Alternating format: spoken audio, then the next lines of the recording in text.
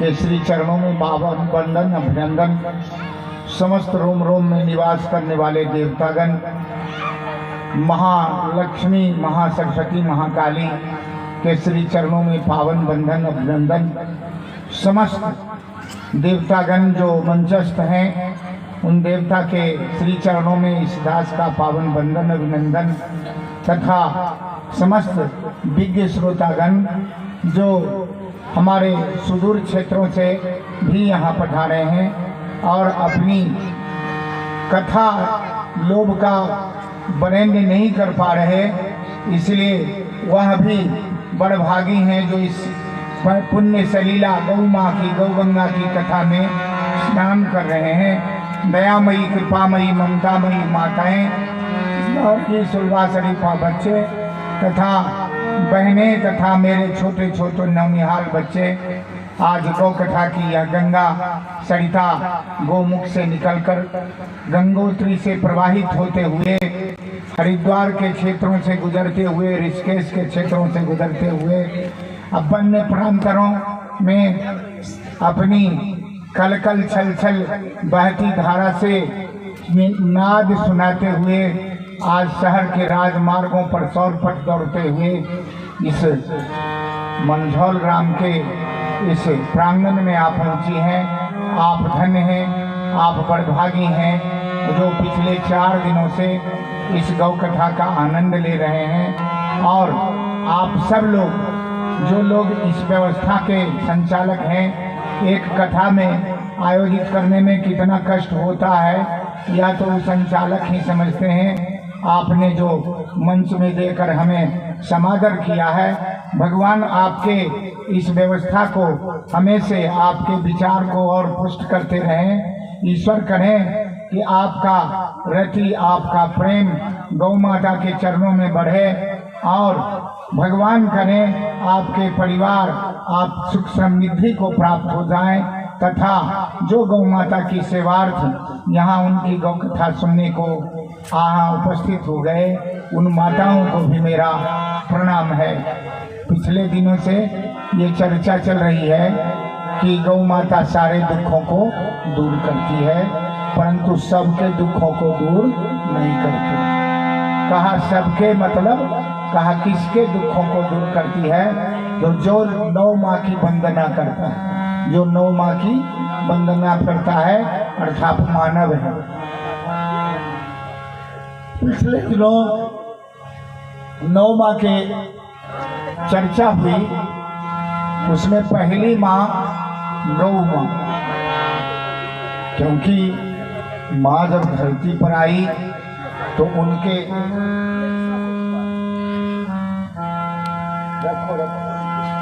श्रीमुख से ही गौ माता का माँ शब्द उच्चारित हुआ।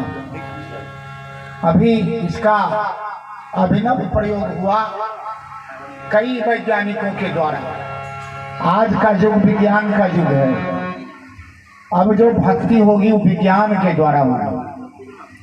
बिना विज्ञान, जो पढ़े लिखे लोग हैं वो कहते हैं जब तक हम विज्ञान नहीं समझेंगे इसका धर्म, हम गौ माता की पूजा करना सिखलाता है, परंतु मर्म यह सिखलाता है कि इस पूजा का विज्ञान क्या है। मर्म सिखलाता है पूजा का विज्ञान क्या है। जापान के में 25 वर्षों तक एक प्रयोग हुआ।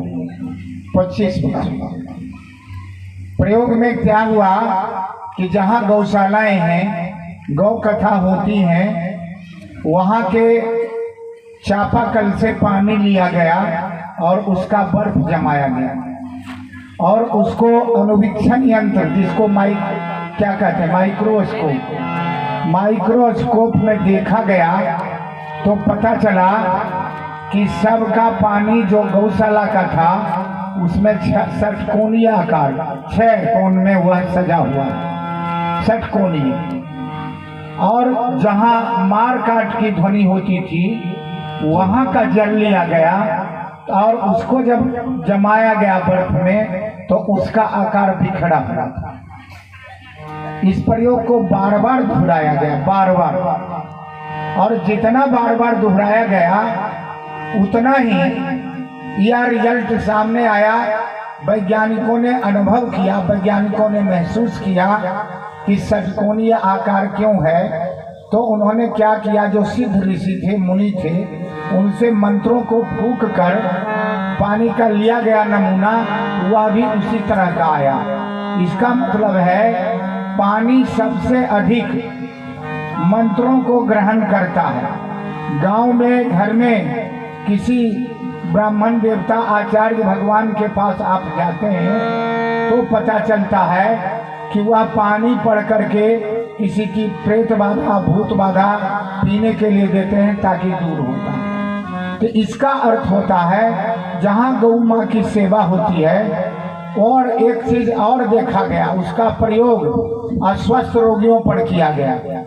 अस्वस्थ रोगियों पर किया गया तो पता चला कि रोगी जल्दी ठीक हो गए, रोगी जल्दी ठीक हो गए।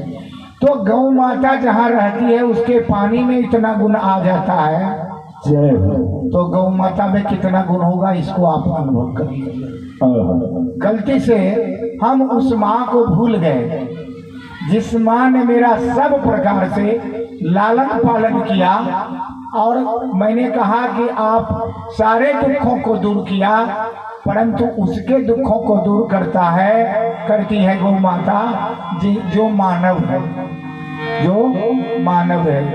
मानव का मतलब जो 9 माँ है। प्रथम में गौ माँ, दूसरी में भारत माँ, तीसरी में माँ, चौथी में गंगा माँ, 5वीं में गायत्री माँ, 6ठी में गंगा, गायत्री और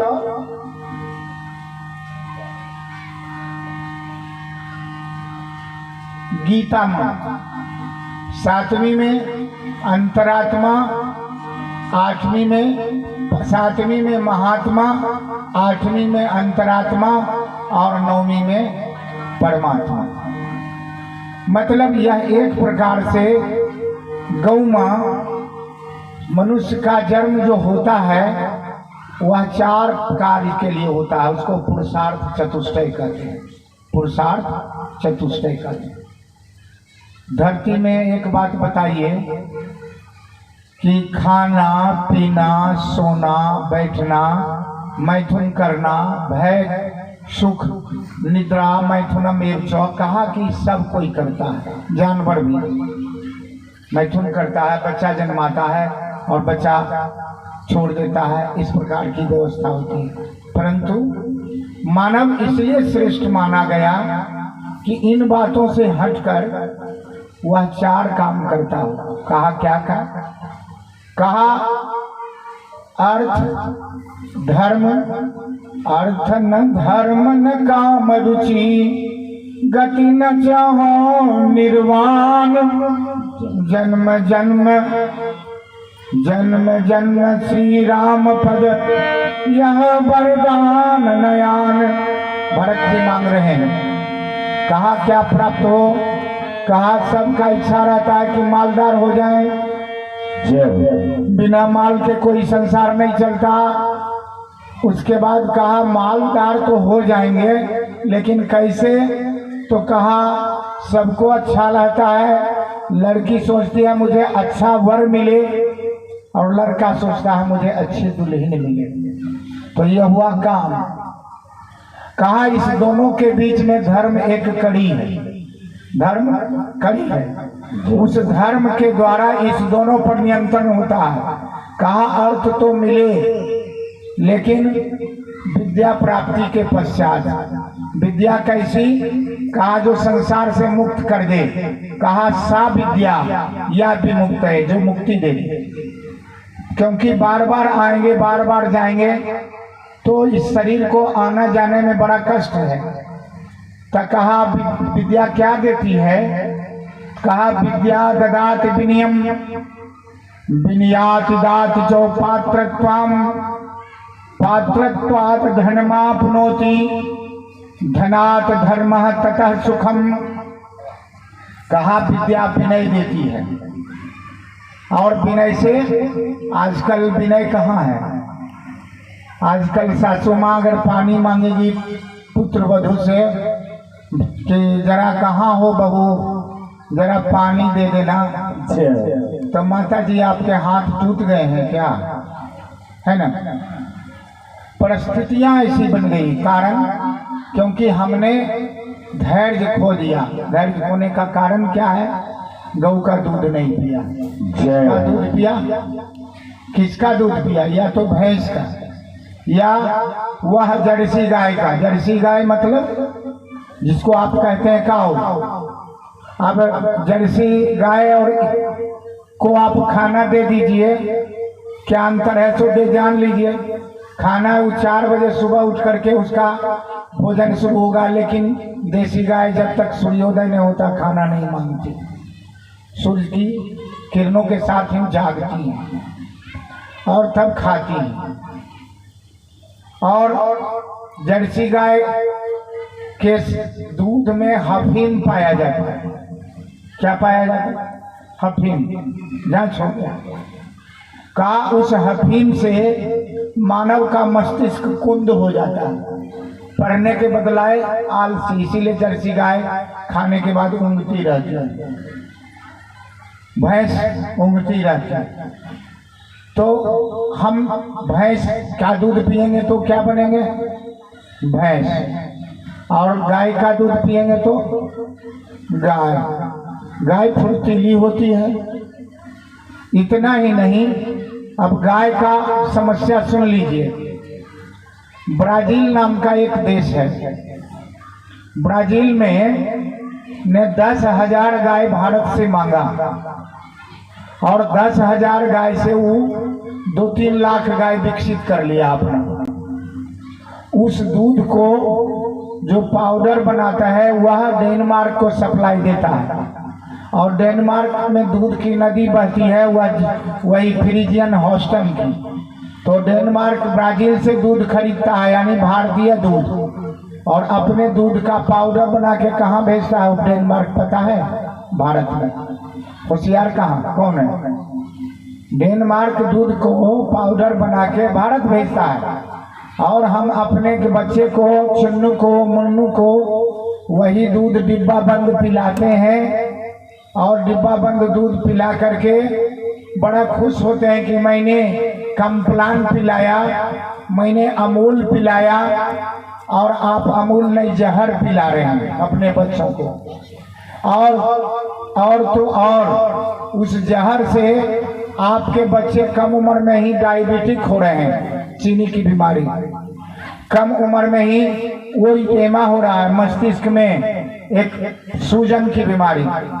कम उम्र में ही बच्चे को कैंसर हो रहा है।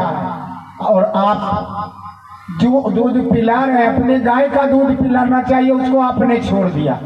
और जो दूसरे के गाय को उधार ला रहे हैं वो जहर है, और उस जहर को देकर के आप पूछे पूरे बच्चे के मस्तिष्क को जहर बुन रहे हैं, वह जहरीला नहीं तो और क्या होगा? तो आज जब पुत्र वधू आती है, आपको कहती है कि माँ तो टूट गए हैं क्या? इसमें मैं पुत्र वधू का दोष नहीं मानता हूँ कि आपकी आगे वाले की जिम्मेदारी थी। हम अपने बच्चों का लालन पालन इस तरह से करते कि वह सब कुछ सह करके भी, सब कुछ सह के भी गाय ऐसी सहनशील होती। 2 सहनशील मानी गई है, धरती माता और गौ माता। तो जो सहनशीलता का गुण हमारे बच्चों में आता, आज सहनशीलता गुण समाप्त हो गया। उधर लगा दीजिए, बड़ा डिस्टर्ब होता है। उधर लगा दीजिए। हाँ, आँख की जी। आप पी रहे हैं क्या? Coca Cola, Limca, Coca Cola, Limca, Fanta, बड़ा शौक से कहते हैं कि जा अपने। अब आपको मैं बता देता हूँ कोका लिम्का का असलियत। जो कोका कोला कंपनी है ना, अमेरिका में बनाती है फलस्तीन की, बुझ गए, पीएच मान की, और भारत में बनाती है 5 पीएच मान। 7 pH मान अगर रहता है ना तो वह पानी माना जाता है न्यूट्रल। उससे जब नीचे जाता है तो अम्लीय है, और जब उससे ऊपर जाता है तो क्षारीय है। तो हमारा शरीर में क्षार की ज्यादा जरूरत है, अम्ल की कम, और हम पिला रहे हैं अपने शरीर को अम्लीय। अम्ल कहते हैं तेजाब को, साधारण बोलचाल की भाषा में तेजाब। तेजाब को अगर कपड़े पर डाल दीजिए तेजाब चलाता है। तो हमारे बच्चे बड़े आराम से जाते हैं, और फैंटा कोका कोला कहते हैं थोड़ा ठंडा पिलाइए ना, तो ठंडा पिलाने का के जगह पर अब उसकी प्रतिक्रिया जब पेट में होती है तो और गर्म हो जाता है। तो ठंडा नहीं है, वो जहर है, वो लैट्रिन क्लीनर है। कोका कोला को ले जाइए, लैट्रिन में डालिए, और लैट्रिन में डालने के बाद वो लैट्रिन चकाचक हो जाएगा। तो जब लैट्रिन पत्थर का है चकाचक, तो आपके पेट का लैट्रिन अगर नहीं होता है तब भले डालिए, चकाचक कर देगा, बाकी कुछ करता नहीं है। तो कोका कोला फैंटा पीना बंद कीजिए, गाय का दूध पीजिए। गाय का दूध पी करके एक ग्वाला कंस का विनाश कर सकता है, तो गाय का दूध कर करके भारत किसको नहीं पराजित कर सकता। परंतु भारत आज थक गया है। भारत 2 प्रकार का होता है। भारत कहते हैं अर्जुन को, भारत कहते हैं देश को। तो जब भारत दूध पीना छोड़ देता है तो वह हिजरा क्या करता है, ताली बजाता है ना। लेकिन भारत वही जब दूध पीने लगता है तब ताल ठोकने लगता है, तब ताल ठोकने लगता है, क्योंकि उसका पुरुषत्व जाग जाता है। और जब पुरुषत्व जाग जाता है तो भारत ताल ठोकने लगता है। भारत 2 प्रकार का, इसी भारत में 2 प्रकार का भारत रहता है। एक भारत को हम इंडिया कहते हैं और दूसरे भारत को हम भारत कहते हैं। भारत का केवल 2% इंडिया है और 98% भारत है। जो 98% भारत है वह चाहता है कि मैं गौ माँ का दूध पीऊं, अपने खेतों में जाऊं, निकाई करूं, और वह सुबह उठता है, अपने खेतों पे जाता है और खेत पर निकाई गुड़ाई करता है। दोपहर की पत्नी उसे लेकर आती है, थोड़ी दूध और रोटी, थोड़ी हरी सब्जी खाता है, बड़ा ठंडा पानी पीता है, आराम से खेत की निकाई करता, देखभाल करता है। पूरे भारत का भोजन वही भारत करवा रहा है। परंतु 2% भारत जो है वह अपने को तथाकथित सो कॉल्ड इंडिया कहता है। और सो कॉल्ड इंडिया क्या करता है, सुबह उठता है और वही जर्सी गाय का, या जर्सी गाय भी न कहिए, यूरिया के दूध का बेड टी लेता है। बॉम्बे में बेड टी लेता है, कहता है बाबा जब तक हम बेड टी न लेते हैं ना तो हमारा लैट्रिन नहीं होता है। तो बॉम्बे में बेड टी लेता है और लंदन में ब्रेकफास्ट लेता है, और मॉस्को में डिनर लेता है, और दिल्ली में फिर सफर लेता है। अब कहेंगे कि ब्रेकफास्ट क्या होता है, तो नाश्ता। डिनर क्या होता है, दोपहर का भोजन। सफर क्या होता है, रात का भोजन।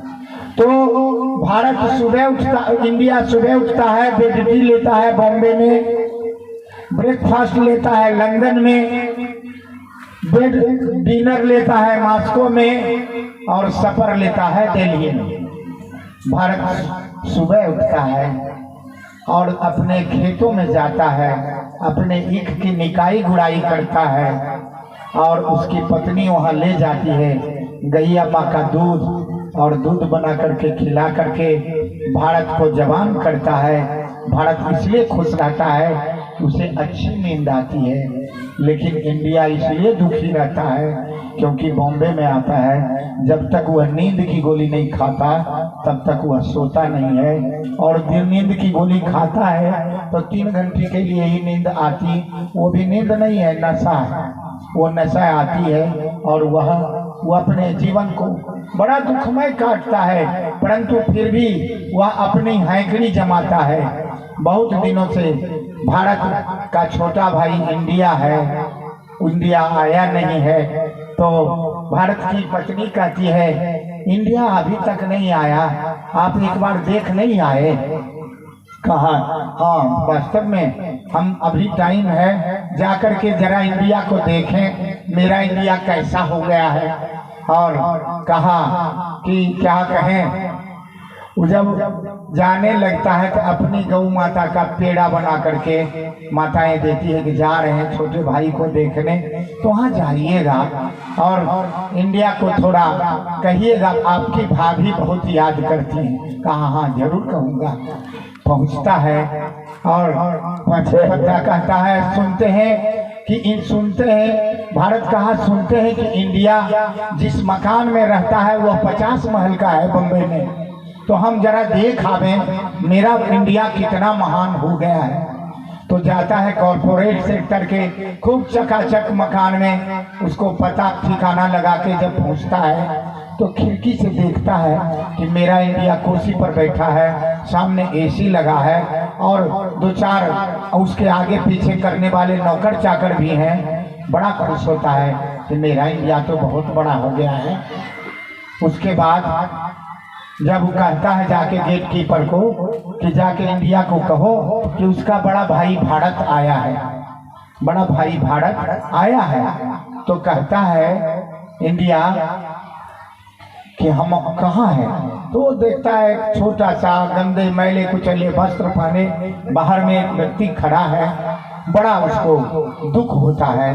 कहता है हम तो बड़ा साफ सुथरा कार से चलने वाले लोग हैं, ये कौन आ गया? वह पहचान जाता है, फिर भी अपने नौकर से कहता है गेट कीपर से कि उसको अंदर मत आने देना, केवल उसका मोटरी जो लाया है वो ले। कहा कि इंडिया ने कहा है आप जो लाए हैं दे दीजिए, लेकिन आपको अभी आने की महानी साहब अभी काम कर रहे हैं। भारत तो तगड़ा है, गौ माता का दूध पिया है, गांव का रहने वाला है। गेट कीपर को धक्का देता है और अंदर चला जाता है। अरे इंडिया मुझे तूने नहीं पहचाना? इंडिया कहता है कि कौन हो तुम? आज भारत की स्थिति वही है, इंडिया जो भी बनता है अपने भाई को अपने बाप को भूलता है और उसको ब्लडी बास्टर्ड कहता है। आज सबकी स्थिति है, सबके घर की स्थिति है। जब वह बाप भारत बन करके उसकी सेवा करता है, माँ भारती बन के उसकी सेवा करती है, जब वह पढ़ लिख जाता है, IAS हो जाता है, तो वह अपने को भारत नहीं इंडिया कहता है। और वहां जाकर के वह कहता है कि तुम ब्लडी बास्टर्ड, तुम तुरंत निकलो नहीं तो हम तुरंत निकाल। कहा अरे इंडिया तूने नहीं पहचाना, तेरी भाभी ने मुझे भेजा है यहाँ से तुम्हारे पास बात करने के लिए, कैसे हो? कहा इसको ले जाओ और इसके शरीर पर उतना हंटर मारो कि इसका शरीर का खाल उतर जाए। और अपने से जब वह तब भी नहीं भागता है, हंटर उठाकर उसके पीठ पर मारता है, तब भारत कष्ट सहकर भी बड़ा खुश होता है कि मेरे गांव में जमींदार लोग पहले हंटर हमको मारते थे, आज मेरा भाई जमींदार हो गया है, आज मेरा भाई जमींदार हो गया है। और उस पीठ पर खून बहकर भी चला आता है और आता है, पत्नी खाना देती, पूछती कैसा है इंडिया? अरे इंडिया के कहने क्या है, बड़ा जमींदार हो गया है, लखदख पूरे ऑफिस उसका बड़ा है और चारों तरफ बिल्कुल आप देखो कि नौकर ही नौकर है, मेरा इंडिया जमींदार हो गया है। जाओ रे भारत, तुम्हारी इतनी दुर्गति, फिर भी भारत के लिए, इंडिया के लिए तुम्हारे मन में इतना स्नेह, ये भारत है। और उस स्नेह में पत्नी को कहता है मेरा इंडिया बहुत अच्छा है। पत्नी रात में जब उसके शरीर की मालिश करती है, कहा इस पर पीठ पर आपका थोड़ा घाव है, दाग है, काल के ये सब सामान्य बातें हैं। भारत प्रैक्टिस किया था, इंडिया प्रैक्टिस किया था कि हंटर कैसे लगता है, तो देखिए भाई साहब हम चलाते हैं हंटर, हमारा इंडिया जमींदार हो गया। 2-4 हंटर प्रैक्टिस में चला दिया, वो लग गया, कोई बात नहीं है।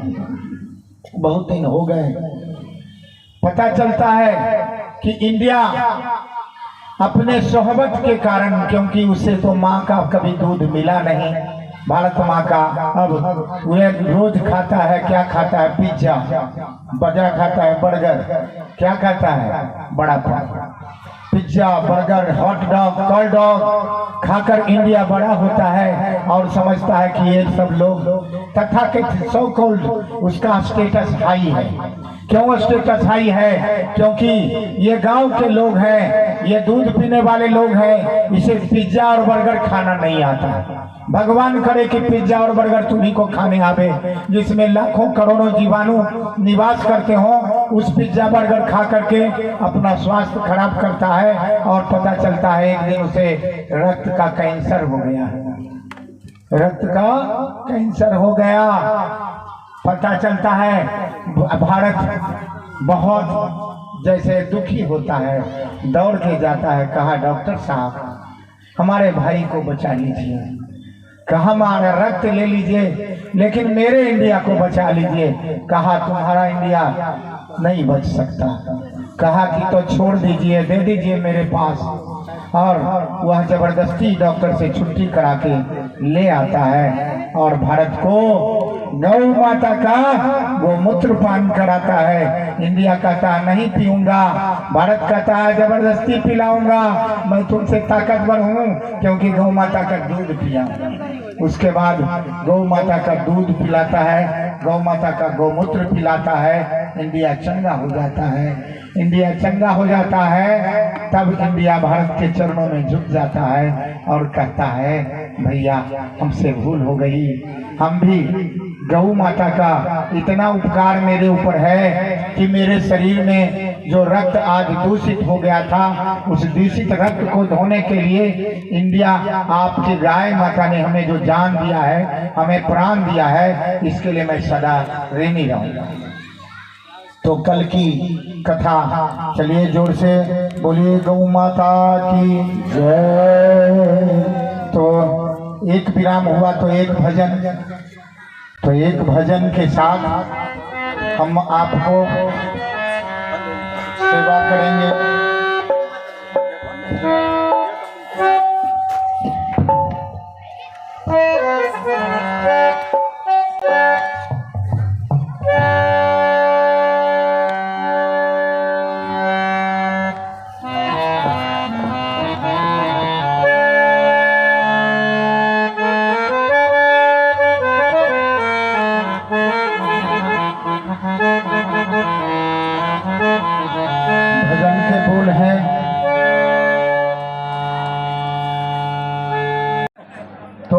श्रीनाथ द्वारा के पास एक सीधा क्या रहूं सीधा तखन से जले रहे तो नहीं कोई कहल नहीं मंदिर चलो थोड़ा कह रहा ऊपर के सीधी जाते तब ऊपर साइड से बंद तो जतीपुरा से मेवाड़ के राजा कल की कथा में था, ने भगवान श्रीनाथ जी को घसियार नामक स्थान पर स्थापित किया, परंतु उससे भी वहां उनको जमा नहीं, तो आज श्रीनाथ द्वारा में स्थापित हैं उदयपुर के पास। तो उदयपुर के पास जब कभी श्रीनाथ द्वारा जाएंगे तो श्रीनाथ जी का मंदिर बहुत प्रसिद्ध मंदिर है, मनोकामना युक्त मंदिर है। वहाँ एक लड़का रहता था उसी गांव में, आज की कथा का वहीं श्रीनाथ जी की प्रशंसा है, गाय की प्रशंसा है। उसका नाम था बल्लभ दास। क्या नाम था? बल्लभ दास। उसके माता पिता बचपन में ही मर गए, किसी तरह से बड़ा हुआ तो उसकी संगति कुसंग हो गई। क्या हो गई? कुसंग। तो कुसंगति हो जाने के कारण अच्छे लोगों के साथ नहीं रहता, नशा पान किया करता। नशा पान करने के कारण गांव में कुछ ये सतीश्वर महादेव का जैसे कमेटी बना श्री कृष्ण सेवा समिति के कुछ लोगों को नजर पड़ गया, तो अच्छे लोग थे, लोगों ने सोचा कि चलिए इसको श्रीनाथ जी के मंदिर में रखा दे तो इसका संस्कार थोड़ा बदल जाएगा। तो वहाँ पंडित जी से कह के, ब्राह्मण का बच्चा था बल्लभदास, पंडित जी से कह के कि इसकी संगति जब छूट जाएगी तो नशा भी छूट जाएगा। श्रीनाथ जी के मंदिर में रख दिया। श्रीनाथ जी के मंदिर में रखने के बाद बल्लभदास की परिस्थिति और बिगड़ गई, क्योंकि श्रीनाथ जी के मंदिर में पैसा गिनने के लिए उसे लगाया गया, और वहाँ जब भी चढ़ता है श्रीनाथ जी के मंदिर में तो लाखों आम चढ़ता है। 1-2 आम ने, आम का दिन था, लाख में 2 लाख 2.5 लाख, और वहाँ जो भंडारा होता है उसमें सबको खाने को मिलता है। तो कुछ भक्त आते थे भंडारा के नाम पर, जब कुछ खिलाता था प्रेम से तो पैसे देते, उन पैसों का वो नशा पान किया करता। नशा पान करने के कारण वहाँ लत उसकी और खराब हो गई, क्योंकि मंदिर का पैसा आता और वह उसमें चुराता भी, नशा पान करता। लेकिन एक चीज छूट गई, उसकी संगति छूट गई, केवल नशा रह गया, कहीं जाता नहीं। श्रीनाथ जी की सेवा के कारण वहाँ एक स्त्री बड़ी सुंदर 10 वर्षीय कन्या रोज पूजा करने आती अपनी सहेलियों के साथ। उस नगर का नगर श्रेष्ठी थी, वो नगर सेठ की बेटी थी। उसका वो दर्शन किया करता, दर्शन और देखने और दर्शन में फर्क है। देखते हैं तो वासना के दृष्टि से देखते हैं, दर्शन आराधना के दृष्टि से देखते हैं, उपासना के दृष्टि से देखते हैं। जब हम मंदिर जाते हैं तो क्या बोलते हैं, भगवान का दर्शन करने गए थे, भगवान को देखने नहीं बोलते, क्या बोलते हैं, दर्शन करने गए थे। लेकिन अगर हम लड़का देखने जाते हैं अपने बिटिया के लिए तो क्या कहते हैं, लड़का देखने गए थे, दर्शन करने नहीं गए। दोनों में फर्क है। तो दर्शन करने का प्रभाव ऐसा हुआ, श्रीनाथ जी की कृपा से इसकी मति में बात आई कि कहीं संयोगिता का विवाह मेरे से होता तो कितना अच्छा होता, इतनी सुकन्या मिल जाती तो मेरा जीवन बदल जाता। भावना जब मन में आई, श्रीनाथ जी के पास भावना पहुंची। एक दिन संयोगिता की सहेलियां आई, संयोगिता नहीं आई। बल्लभदास ने कहा कि देवियों, हमको आपसे कुछ बात करना है। कहा क्या बात करना है? तो संयोगिता के संबंध में बात करना। ओए तुलसी जी को मत जलाइए बाबा, क्या करते हैं? हमको सबसे अधिक कष्ट देता तुलसी जी में कोई घर में देता है, विनाश कर देगा व्यवस्था। इसकी घटना हम सुना देंगे, हम भुक्त भोगी हैं। तुलसी गौ माता इतनी सेंसिटिव चीज है, एक पत्ते में जरा सा आग लगेगा सारा काम गड़बड़ा देगा। तो नीचे जलाई, हम नीचे में जलाने बोले, दिखाइए तुलसी जी को प्रेम से। भगवान की इतनी प्यारी तुलसी है कि कोई कष्ट हो उसके घर में कुछ न कुछ अनिष्ट हो जाएगा, इतना तुलसी का प्रभाव है। कोई साधारण सा पौधा नहीं है। तो बल्लभदास कहा देवियों, हमें आपसे कुछ बात करना है। कहा हाँ बोलो बल्लभदास, क्या बात करना है? तो थोड़ा सा मेरे कमरे में आते। कहा कमरे में क्यों जाए? सोचा बल्लभदास का मन खराब तो नहीं हो गया, मेरे साथ छेड़खानी तो नहीं कहा बल्लभदास यही बोलो। कहा नहीं, एकांत में बोलने का है। बोलिए। चल गए, बोलिए। बोले कि संयोगिता क्या करती हैं, कलखिन वो तो गौओं की सेवा करती हैं और उनके पिता उस गौओं के वजह से इस नगर के नगर सेठ हैं। गौ माँ की इतनी कृपा कि वो नगर सेठ है। तो हमारा विवाह क्या संयोगिता से हो सकता है? हंसे सखियां हंसी, कहा बल्लभ दास धरती पर हो या आसमान में हो। कहा मैं वासना की दृष्टि से नहीं देख रहा हूँ देवी, मैं उस देवी को उपासना की दृष्टि से देखता हूँ। उसने मेरे जीवन में बदलाव लाया है। जो गौ माता की सेवा करता है उसके शरीर में ऐसा आभा मंडल बनता है कि किसी भी व्यक्ति के जीवन में उस आभा मंडल से बदल जा सकता है जीवन। कहा यह बात सच है, परंतु एक बात बता दो, वह जब भी विवाह करेगी तो गोभक्त से करेगी और जब भी विवाह करेगी तो धर्म कर्म करने वाले से करेगी। कहा मैं भी टीका लगाता हूँ, मेरे भी सीखा है, मैं भी लाल कपड़े पहनता हूँ। कहा यह सब कर्म है बल्लभ दास, ये सब कर्म है, यह धर्म थोड़े ही है। तो कहा धर्म क्या है देवी? तो कहा कभी गुरु किया है? कहा नहीं। तो जब तक गुरु नहीं करोगे धर्म की उपासना समझ में नहीं आएगी।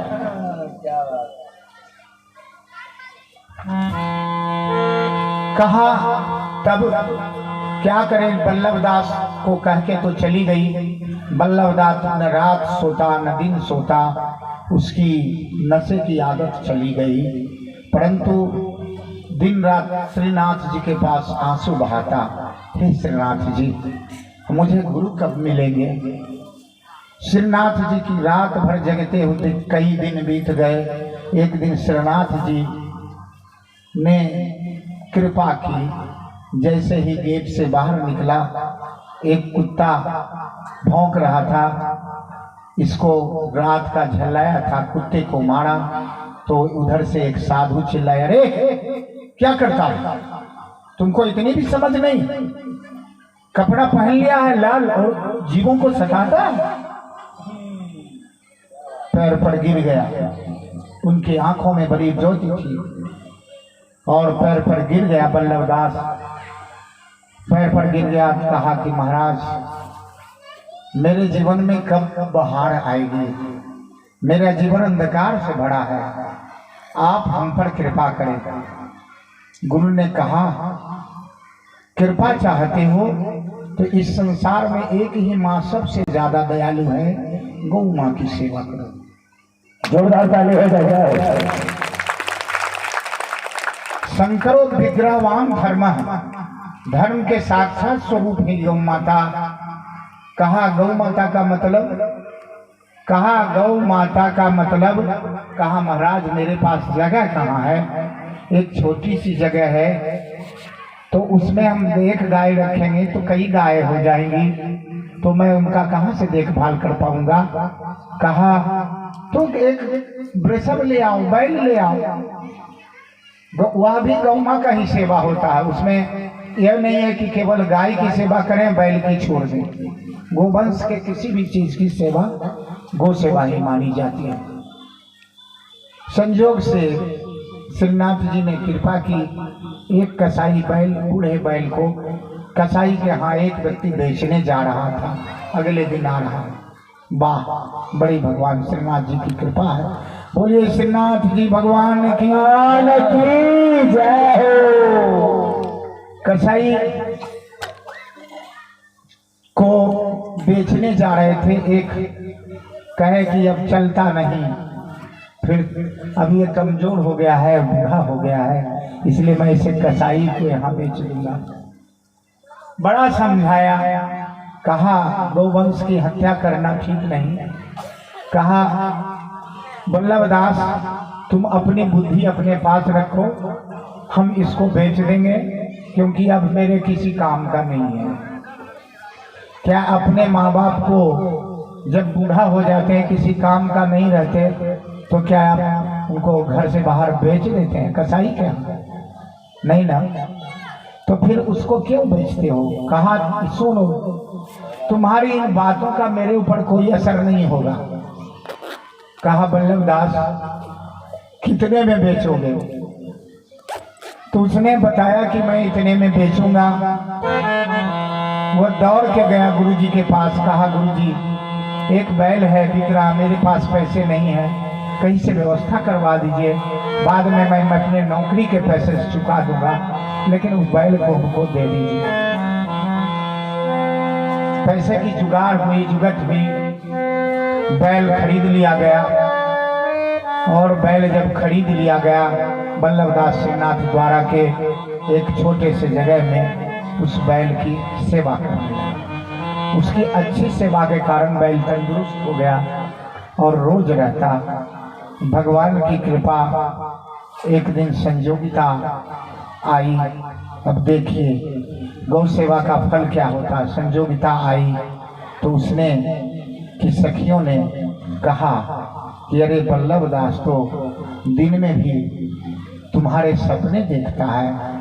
संजोगिता ने कहा तो बुरा क्या है, गौ सेवा करते हैं, गौ सेवा हम भी करते हैं, मुझे तो एक गौ सेवक बड़ ही चाहिए था, अगर विवाह हो जाए तो अच्छा है। संजोगिता के इतना कहने पर संजोगिता ने तय कर लिया कि अब विवाह जब भी करूंगी तो बल्लभ दास से करूंगी। गौ माँ का प्रताप देखिए। माँ से जाके संजोगिता ने कहा माँ मैं चाहती हूँ कि, माँ ने कहा कि बेटी अब तुम विवाह के लायक हो गई हो, पिता को कहेंगे जाके वर ढूंढने के लिए। संजोगिता ने कहा माँ मैंने अपना वर ढूंढ लिया है। कहा कहाँ? कहा उस सिंहनाथ द्वारा में जो गौ सेवा करता है वो बल्लभ दास मेरा पति बनेगा, दूसरा पति नहीं बनेगा। बड़ा चिंता हुई। नगर सेठ की बेटी है, साधारण सा बल्लभ दास पुजारी। कहा माँ मैंने उसे पति रूप में वरण कर लिया है, लेकिन तुम्हारे खिलाफ मैं नहीं जाऊंगी, पिताजी के खिलाफ मैं कुछ भी ना करूंगी। मेरा विवाह न हो यह सही है, परंतु विवाह तो अब होगा तो बल्लभ दास से होगा। बड़ा परेशानी पड़ी। माँ का हृदय बड़ा कोमल। पिता के पास जाके कही, पिता तो साफ निदक गया। कहा उस भिखमंगे से मैं विवाह करूंगा। पत्नी कही कि सुनिए ऐसा कीजिए कि सांप भी मर जाए लाठी में, उसको कठोर शब्द में नहीं कहिएगा, उसकी कुछ शर्तें रख दीजिएगा, बुला करके उसके सामने कर दिए, ताकि मेरी बिटिया एक ही है और मेरे पुत्र भी नहीं है, तो इस बिटिया को कष्ट ना हो हृदय से। कहा ठीक है बुलाओ। बल्लभ दास को अपने खाने की मेज पर बुलाया। बल्लभ दास आए, नाम पता पूछा। कहा मेरे पिता तो मर गए हैं, कोई है नहीं। तुम्हारे माता? कहा वो भी चले गए। मेरे तो अब एकमात्र माता और पिता वही वृषभ भगवान हैं। तो देखा। कहा सुनो बल्लभ दास खाना खा लो, हमारी बिटिया के विवाह के लिए एक शर्त है। कहा क्या? का विवाह और प्रेम अपने जोड़ीदार से होता है। कहा जोड़ीदार से होता है? कहा हाँ। तो तुम अगर मेरे इतना धन संपत्ति अर्जित कर लोगे, तुम जितना समय चाहो ले सकते हो, जिस दिन उस दिन तुमसे विवाह कर लूंगा।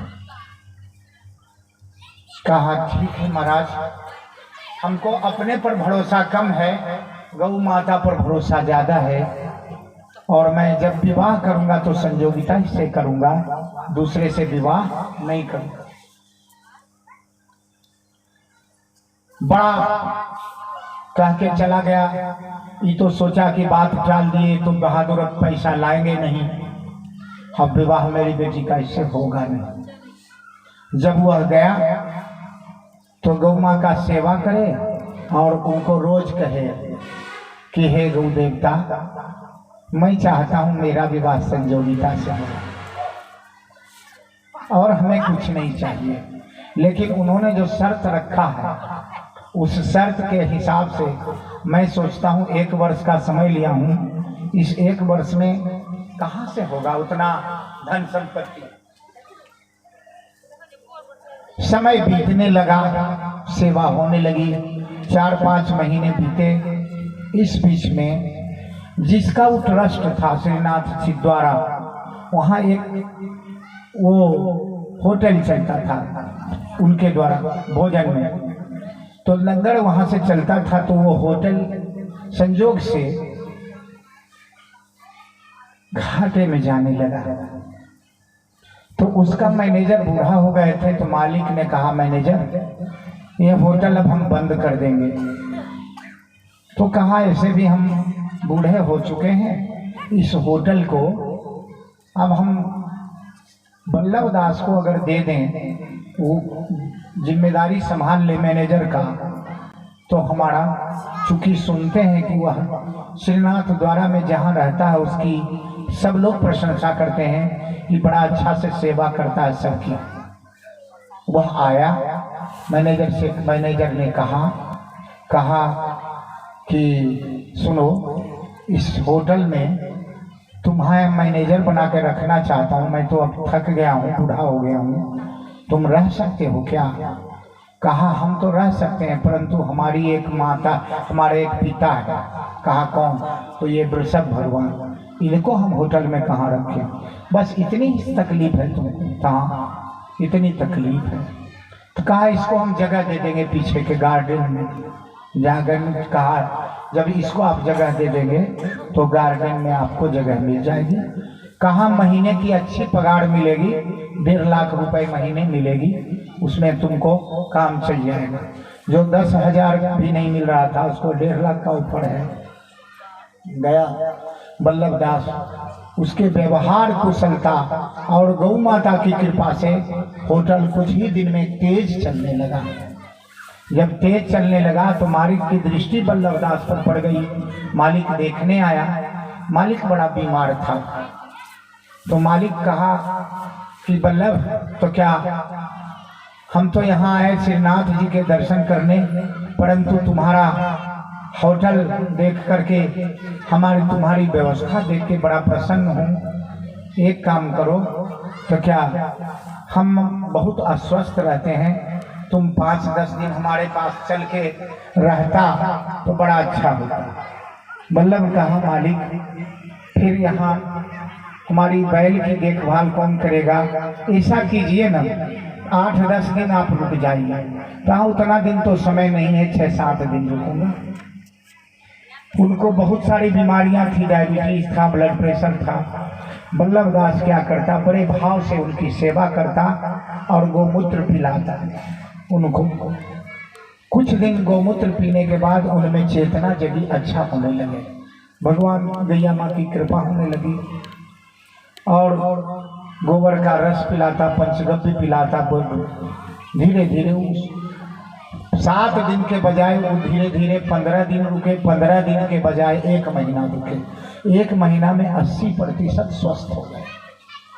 स्वस्थ हो गए तो बोले सुनो, तो क्या यहाँ हम दूसरा मैनेजर रख देंगे, तुम मेरे घर चले चले। कहा ये वृषभ भगवान भी हमारे साथ है। कहा वृषभ को भी ले चलो। ये तो अब हमारा प्यारा हो गया है, क्योंकि इसके चलते मैं स्वस्थ हुआ हूँ। हमारे घर में सब लोग बीमार हैं, धन तो है परंतु सब लोग बीमार हैं। तो कहा इस बीमारी के लिए तो गौ भगवान की ही कृपा होगी।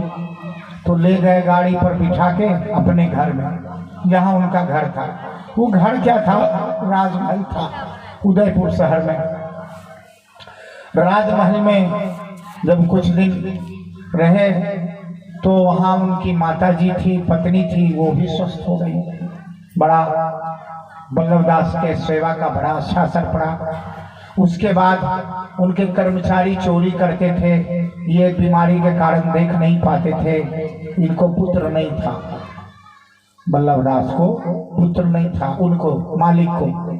तो एक दिन बल्लभ से उन्होंने वहाँ का मैनेजर बना दिया, तो देखभाल अच्छा से होने लगा, प्रगति अच्छी से होने लगी।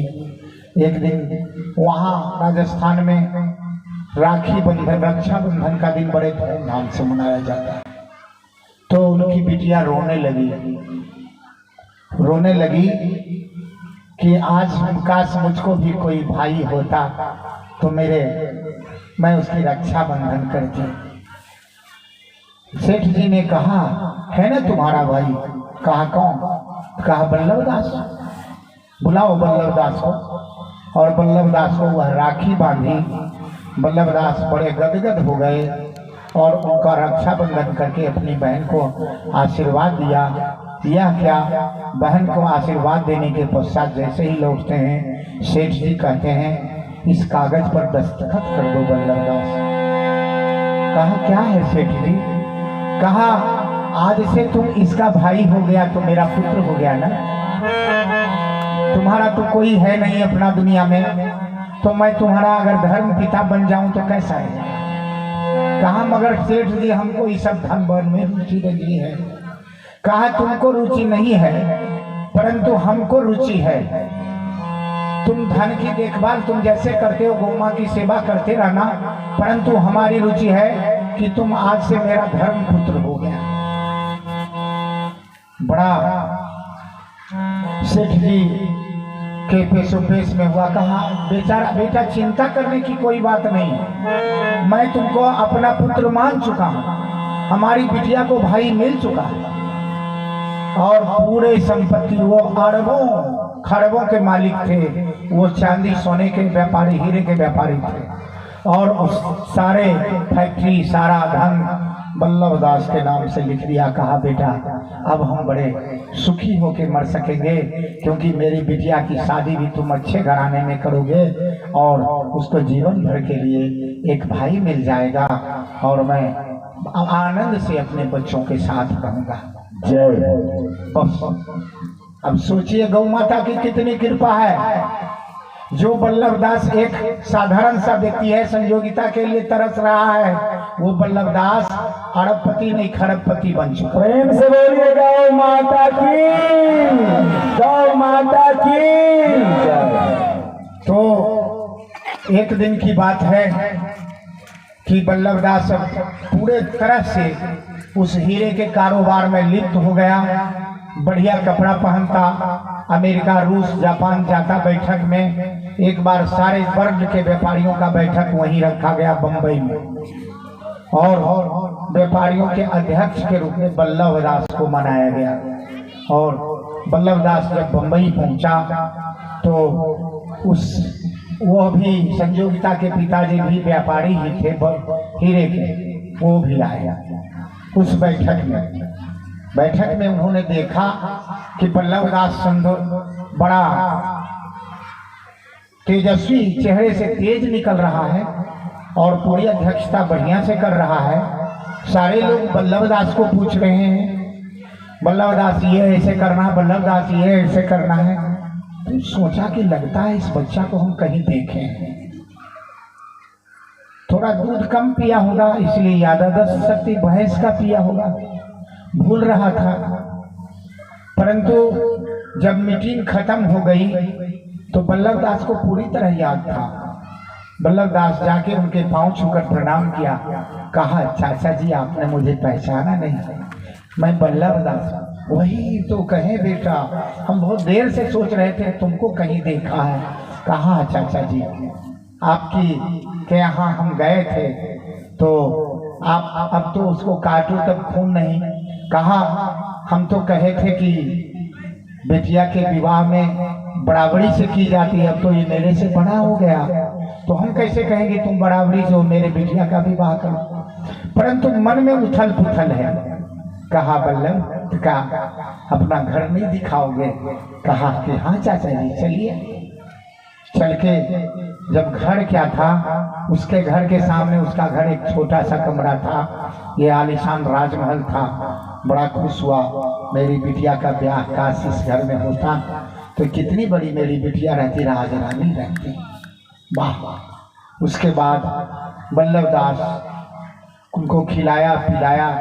कहा अरे बल्लभ तुम तो कहा था कि मेरे पिताजी नहीं हैं। कहा कि हाँ अब तो मेरे धर्म पिता हो गए हैं ये सेठ जी, तो विवाह कब करोगे? तो पिताजी जब चाहेंगे तो करेंगे, हम तो अब कुछ है नहीं, माता जी पिताजी जाने।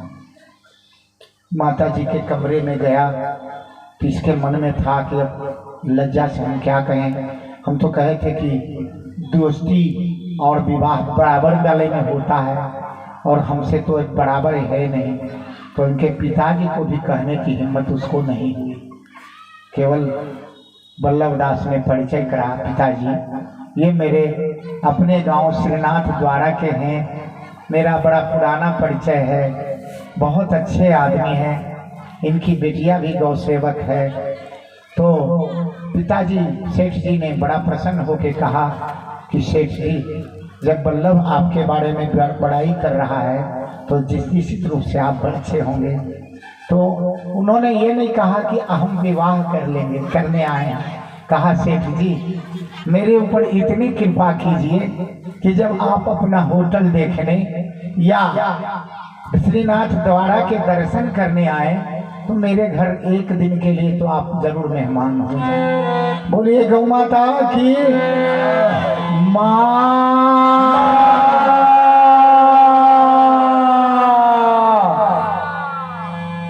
चलिए एक भजन से पहले सेवा हो, उसके बाद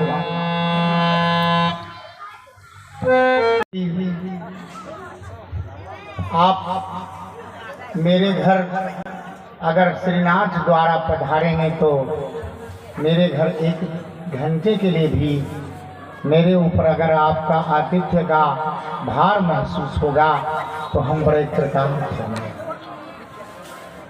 तो समय बीतता गया, 2-3 महीने के बाद अपना होटल देखने के लिए सेठ जी बल्लभ दास को कहे कि बेटा हम थोड़ा श्रीनाथ द्वारा जाना चाहते हैं, बहुत दिन हो गए ठाकुर जी के दर्शन किए, तुम यहाँ आराम से थोड़ा सा देखना, हम आते हैं। जैसे ही श्रीनाथ जी के दर्शन किए, यहाँ आकर के सेठ जी चले अपनी गाड़ी से, निजी गाड़ी से आए। ये मैं सच्ची कहानी कह रहा हूँ, मैं झूठी कहानी नहीं कह रहा, कोई अपने मन से नहीं बनाया, आप पता कर लीजिए। उसके बाद श्रीनाथ द्वारा जब आए तो उनको याद पड़ गया कि यहाँ एक सेठ थे, उनका नाम कुछ था, वो हमको बोले थे, तो क्यों नहीं जरा सेठ जी इतना आग्रह किए तो देख लें। सेठ जी ने कहा अपने परिकरों से कि चलिए उनके घर थोड़ा मिल लेते हैं। उनके घर गए तो घर में देखा तो उन्होंने बड़ा स्वागत सत्कार किया और बिटिया ही आकर के उनकी सेवा की। संजोगिता बिटिया को देखकर बड़े प्रसन्न हुए सेठ जी, तो सोचे कि कुछ कहेंगे, लेकिन इन्होंने कुछ नहीं कहा। तो संजोगिता के देखने के बाद पूछे ये आपकी पुत्री है? तो हाँ। क्या करती है? कुछ नहीं महाराज, केवल गौ सेवा करती है, एक ही पुत्री है, कोई अच्छा सा वर मिल जाता तो आपकी कृपा होती। तो कहा मैं खोजूंगा। तब तक बिटिया की माँ ने कहा कि इसको बहुत सपना था कि मेरा विवाह बल्लभ से होता, परंतु बोले परंतु पर आप रुक क्यों गए? कहा सेठ जी कहाँ आप और कहाँ हम, अब कोई तुलना है? हम आपसे कैसे कहें कि बिटिया को आप रख लीजिए, मेरा तो कोई तुलना है नहीं, मैं तो आपके पास केवल सोच ही सकता हूँ, कर नहीं सकता। बोले अगर ऐसी बात है तो मैं बल्लभ से पूछूंगा, बल्लभ के यदि विचार होंगे तो मैं कुछ कहूँगा। गए बल्लभ दास से घर गए सेठ जी, बल्लभ से उन्होंने कहा कि संजोगिता नाम की एक लड़की है फला सेठ की, और उसके साथ उसने कहा कि मैं विवाह वल्लभ दास से ही करूँगा, तो इसके पीछे का तुम्हारा कोई अभिरुचि है क्या? उसने कहा सेठ जी वो बड़ी गौ सेविका है, मेरे मन में तो था, लेकिन अब आप पिता माता हो गए हैं तो माता पिता के बाहर मैं नहीं जाऊंगा, क्योंकि गाय सेवा से आज्ञाकारिता का भी व्रत मिलता है। कहा पिता समझ गए कि वल्लभ की पसंद है, तो उन्होंने सेठ जी को बुलाया टेलीफोन से। सेठ जी वहाँ गए, कहा थोड़ा सा तो बात चल सकती है, लेकिन आप दहेज कितना देंगे? नहीं, दहेज की बात बाद में की। उन्होंने कहा आपके घर मैं आ रहा हूँ इतने तारीख को। गए तो बैठे, तो विवाह की बात तो सुनते बाद में इनका मन थर थर करने लगा कि इतना बड़ा सेठ है, दहेज मांगेगा, उतना दे पाऊंगा कि नहीं। जय। तो कहा सेठ जी तो क्या विवाह तो होगा, लेकिन दहेज क्या देंगे? कहा महाराज दहेज आपको हम ज्यादा से ज्यादा 10 लाख दे सकते हैं। कहा 10 लाख तो बहुत कम है। कहा 20 लाख। कहा वह भी कम है। तो कहा संपत्ति का आधा हम आपको लिख दे सकते हैं, वो करोड़ में आती है। कहा अरे तुमको हम करोड़ का व्यक्ति दिखाई पड़ते हैं, मेरा बेटा क्या है करोड़ में एक है। जय हो। कहा एक ही बिटिया है, चलो जीवन काट लेंगे, कहीं ले लेंगे बगल से किसी का मकान में डेरा ले लेंगे, मकान भाड़ा ले लेंगे, चलिए सारा संपत्ति आपको दे देंगे। बोले ये भी कम है। अब तो बड़े बेचैन हो गए। कहा तो महाराज हमारे पास तो जो कुछ है, एक काम करेंगे, मेरे पास कुछ गायें हैं, उनको बेच कर मैं आपको दे दूंगा। कहा अरे बेच कर क्यों? कहा क्यों? तो सीधे क्यों नहीं हमको देगो? कहा महाराज तो प्रसन्न है। तो एक वल्लभ दास के जो गुरु थे श्रीनाथ द्वारा में आए, उन्होंने कहा कि सेठ जी, ये सेठ जी पैसा और दहेज में आपके यहाँ विवाह नहीं करेंगे। तो कहा क्या चीज में करेंगे?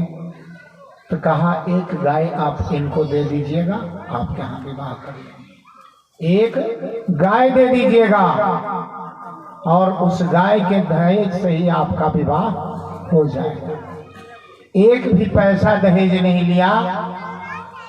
सेठ ने कहा कि गाय तो मैं शहर से दे दूंगा, मैं डर रहा था पहले से कि मैं कैसे कहूँ उनको गाय।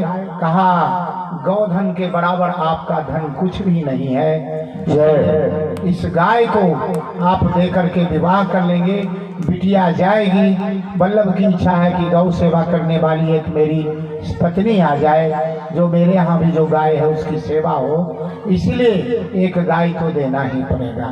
कहा महाराज जी बड़ा प्रसन्न हुए, हम एक गाय दे देंगे। और उसके बाद दूसरा शर्त है कि जब हम बारात लेके आएंगे तो गाय का बना ही हम सारा चीज खाएंगे। गौ का घी खाएंगे, गौ का पूरी खाएंगे, गौ की बनी मिठाई खाएंगे, दूसरा कुछ नहीं खाएंगे। बारात बड़ी धूमधाम से आई, फूल घोड़े हाथी पैदल रथ दल, और वल्लभ दास की विवाह संजोगिता से हो गई।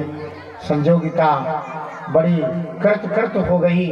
अपने पति के श्री चरणों में गिरकर बड़ा आंसू बहा के बोली कि धन है गैया मैया, मैं रोज प्रार्थना करती थी कि मेरा पति वल्लभ ही हो और वल्लभ ही कहे कि संजोगिता क्या कहें।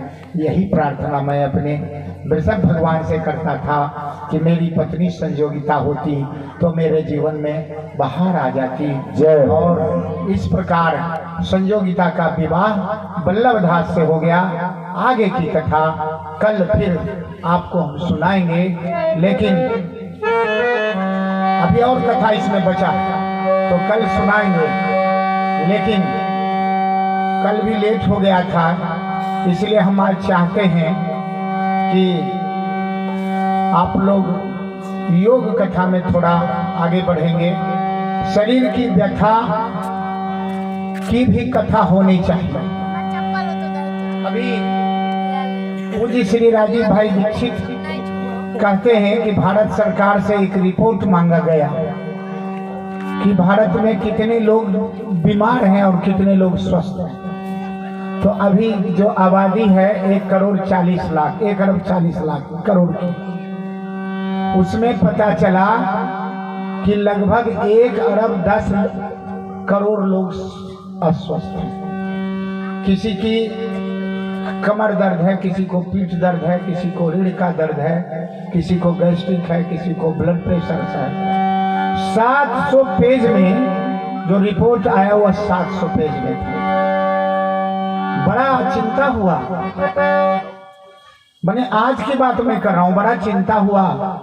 और कहा कि डॉक्टर की संख्या कितनी है, तो पता चला कि डॉक्टरों की संख्या कुल होम्योपैथिक आयुर्वेदिक जो रजिस्टर्ड डॉक्टर हैं उस मिला के 25 लाख बस। तो 1.5 अरब आबादी के लिए 25 लाख डॉक्टर, बड़ा मुश्किल बात हो गई भाई। कैसे होगा इलाज? तो हुआ, कहा कि डॉक्टर हर्डीकर हैं पुणे के बहुत बड़े, उन्होंने लिखा है कि मैं डॉक्टर हर्डीकर के पास जाके गया और उनसे पूछा कि भगवान की कृपा से भारतवर्ष में इतने डॉक्टर उपलब्ध नहीं है कि कोई आदमी बीमार ठीक हो सके। तो उन्होंने कहा कि सुनो, तो क्या भारतवर्ष में एक ऐसी व्यवस्था बागभट्ट ने बताई है, उस बागभट्ट के बताए अनुसार अगर भारत के लोग चले तो 85% रोगों का इलाज घर में ही हो सकता है। 85% रोगों का इलाज घर में ही हो। कहा क्या? तो कहा 2-3 बातें अगर लोग जान लें।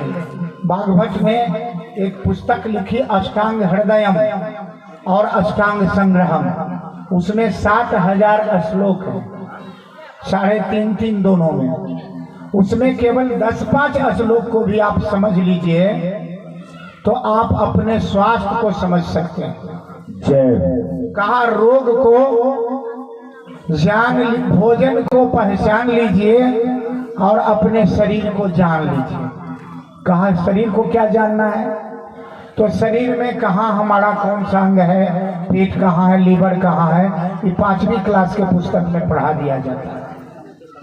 तो कहा कि उसमें एक श्लोक आया, कहा भोजनांते विषम बारी, भोजनांते विषम बारी। कहा भोजन के अंत में पानी पी लेना विष है। भोजन के अंत में पानी पीना विष है। हम लोग भोजन करते गटागट पानी पीते हैं, जान ले, तरीका जान ले रहे हैं। भोजन के अंत में पानी पीना विष है, क्योंकि जब भोजन करते हैं तो मेरी जठर अग्नि जागृत हो जाती है और जागृत हो करके वह जब पचाना चाहती है, आप ऊपर से एक आग पर पानी डालिएगा तो क्या होगा? अग्नि बुझ जाएगी। परिणाम भीतर में पेट में भोजन पचता नहीं है, सड़ता है। पचता नहीं है, सड़ता है। और सड़े हुए भोजन से हमारा LDL कोलेस्ट्रॉल जिसको कहते हैं, बैड कोलेस्ट्रॉल उसको कहते हैं, तैयार होता है, जो मेरे नसों में जाके चिपक जाता है। कहा लो डेंसिटी लिपोप्रोटीन उसको कहते हैं। कहा इससे बचना है तो कहा शरीर जितना गर्म है उतना गर्म पानी पीना चाहिए। हमारे यहाँ क्या करते हैं, बच्चे लोग जाते हैं, जरा बर्फ में डाला हुआ चिल कोल्ड पानी दीजिए। तो चिल कोल्ड पानी से क्या होता है, पेट की आंतें सिकुड़ जाती हैं, जिससे हमारे पेट में कब्ज बन जाता है।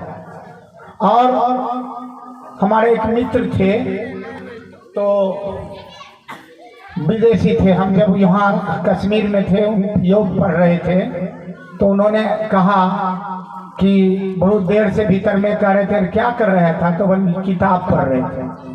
कल लेटरिन में किताब पढ़ते हो? कहा हाँ लेटरिन में किताब पढ़े थे। कह रहे क्यों? तो लेटरिन आता नहीं है। लेटरिन आता नहीं। जय हो। कहा लेटरिन नहीं आता तो क्या आता है? कहा रे मैं बराबर प्रयास करता हूँ, 2-3 बार जाता हूँ तब कुछ आता है। पहली बार जाता हूँ तो मैं प्रार्थना करता हूँ एक बार आ जा आ जा आ जा, मगर आता नहीं। समझ गए? फिर जाता हूँ और फिर किताब पढ़ता हूँ, फिर थोड़ी देर बाद सोचता हूँ मेरे सपनों की रानी कब आएगी तू, हाय रुत मस्तानी कब आएगी तू, एक बार आजा आजा आजा, मगर आता नहीं। तो मैं करूं क्या? आज यही स्थिति भारतवर्ष में हो गई। भारतवर्ष में कभी किसी को शौच की दिक्कत नहीं रही।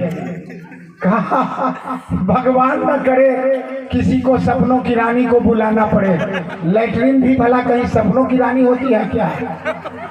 बड़ा सपनों की रानी कहीं बाहर आ जाएगी तो नाक पर रख के बाहर निकलेंगे, मेरे सपनों की रानी। हो सकता है तुम्हारी सपनों की रानी रही हो, मगर भारत के सपनों की रानी लेटरिन नहीं होती है।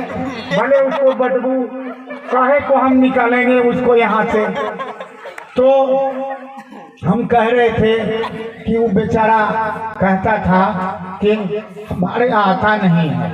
कहा हमसे बोलता था mister Swami I researches on so many sweets on Indian sweets. कहा कि मैं बहुत सारे मिठाई पर रिसर्च किया हूँ।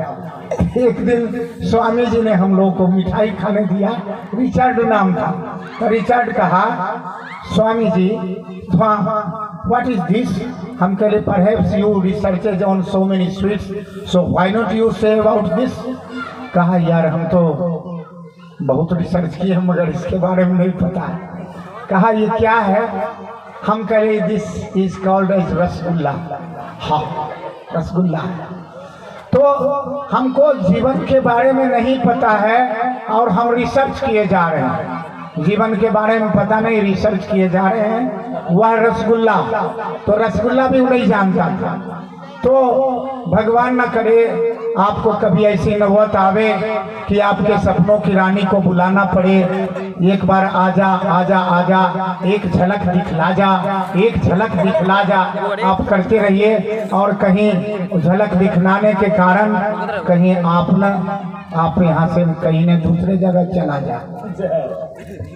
तो उन्होंने जब रिपोर्ट लिया तो पता चला कि भाई भारत के लोग का 1 करोड़ लोग बीमार हैं, 1.25 करोड़ लोग बीमार हैं, इसका इलाज कैसे हो सकता है। तो बागभट्ट नाम के बहुत बड़े हमारे आयुर्वेद के ऋषि हुए इधर हाल फिलहाल में। 123 वर्ष बचे और 123 वर्ष में विवाह उन्होंने नहीं किया। भारत के लोगों के लिए काम करते रहा और उन्होंने कहा कि भारतवर्ष में एक ऐसी व्यवस्था है जिसके सहारे लोगों के पूरी स्वास्थ्य की देखभाल हो सकती है और उसमें खर्चा भी कुछ नहीं आता है। कहा क्या है? कहा भारतवर्ष की गाय। भारतवर्ष की गाय। तो गाय कहे कि बागभट्ट ने कहा कि गाय 2 चीज तो बड़े आराम से देती है। कहा क्या? 3 चीज। कहा दूध, गोमूत्र और गोबर। कहा इसका प्रयोग हो गया। राजीव भाई दीक्षित लिखते हैं इसका प्रयोग हुआ। कहा क्या प्रयोग हुआ? तो कहा कि गोमूत्र का प्रयोग लगभग सारे रोगों में हो गया। लगभग सारे रोग पर गोमूत्र ने विजय प्राप्त कर लिया। गले का कैंसर तक, पेट का कैंसर तक, रक्त के कैंसर में थोड़ा सा उन्होंने कहा कि रक्त के कैंसर पर प्रयोग हुआ तो इसका कम असर है। कहा कैसे? तो कहा किसको तब क्या किया बागभट्ट ने? परम्यूटेशन और कॉम्बिनेशन 2 आधार पर उसमें कुछ औषधि को मिलाकर अगर गोमूत्र का प्रयोग किया जाए तो हमारा कैंसर भी ठीक हो सकता है। कहा क्या औषधि है? इसके लिए बलसाड़ में एक प्रयोगशाला वैज्ञानिकों ने बनाई है और गोमूत्र पर शोध चल रहा है। कहा परम्यूटेशन और कॉम्बिनेशन में बताया गया। कहा कि हल्दी और पुनर्नवा को गौमूत्र में उबाल करके अगर कैंसर पेशेंट को पिलाया जाए तो रक्त का कैंसर भी दूर हो सकता है। तो कहा कि रक्त दूषित क्यों होता है? क्योंकि हम सांस लेने का टेक्निक थोड़ा गलत कर लिया। क्या हम लोग सांस पेट से नहीं लेते, सांस कहाँ से लेते हैं? फेफड़े से लेते हैं। फेफड़ा भी नहीं, फेफड़ा में 7 करोड़ 30 लाख छिद्र है, 7 करोड़ 30 लाख, जिसमें 4 करोड़ तो अमूमन सबका बंद हो जाता है क्योंकि सांस ठीक से लेते नहीं, छिद्र चालू नहीं रहता है। मगर जो दमा पेशेंट है उनका और छिद्र बंद होता है। तो रक्त में ऑक्सीजन पहुंचाने के लिए हम मुंह से सांस लेते हैं। किससे सांस लेते हैं? मुंह से। इसीलिए आप देखेंगे दमा के रोगियों को, क्योंकि नाक से फेफड़ा तक जितना ऑक्सीजन जा गया उससे मेरे रक्त की में ऑक्सीजन की पूर्ति नहीं हो पाती। तो उसी फेफड़े के छिद्र को अगर हम थोड़ा थोड़ा खोल दें तो हमारा फेफड़ा जैसे ही खुलेगा हम दमा के मरीज नहीं रहेंगे। कहा 2 काम करेंगे। क्या? गौमूत्र में थोड़ा सा हड़र उबाल के पहले फूलने देंगे, सुबह उस हड़र को उबाल के देसी गाय के घी में भून देंगे और उसका चूरन बना लें। 2 चम्मच चूरन सुबह में 2 गिलास पानी पी करके 3 आसन कर लें, ताड़ासन, तिर्यक ताड़ासन और कटी चक्रासन, तथा 2-3 प्राणायाम कर लें तो हमारे 90% रोग चले जाते हैं। 90% रोग चले जाते हैं। हमको डॉक्टर के पास जाना नहीं होगा। परंतु गौमूत्र काऊ वाला नहीं है। माँ होती है, ये मासी हो सकती है परंतु माँ नहीं हो सकती। लोग पूछते हैं ये कौन है? तो मौसी है। मौसी का मतलब होता है माँ के समान, माँ के समान मौसी, मासी। परंतु ये जो जर्सी है वो माँ सी दिखती है परंतु माँ नहीं होती है। और अपनी माँ जो है अपनी माँ होती है। अपनी माँ का गौमूत्र लिया जाए, उसमें फूलने दिया जाए और सुबह लिया जाए तो दम्मा जैसे रोग भी चले जाते हैं। तो अब उसमें थोड़ा और सहयोग करने के लिए हम आपको कहते हैं कि आप चाहें तो अपने फेफड़ों को खोल सकते हैं, अपने चेहरे पर तेज पैदा कर सकते हैं। तो कल से आपको 2 क्रिया करवा रहे हैं। उन क्रियाओं के साथ बस 5 मिनट के लिए आपको क्रिया करवाएंगे, लेकिन वो क्रिया जब करवाने लगेंगे तो आपके शरीर में जो एनर्जी पैदा होगा, ऊर्जा पैदा होगा, पुण्य पैदा होगा, कहीं बगल वाले के पास चला गया तो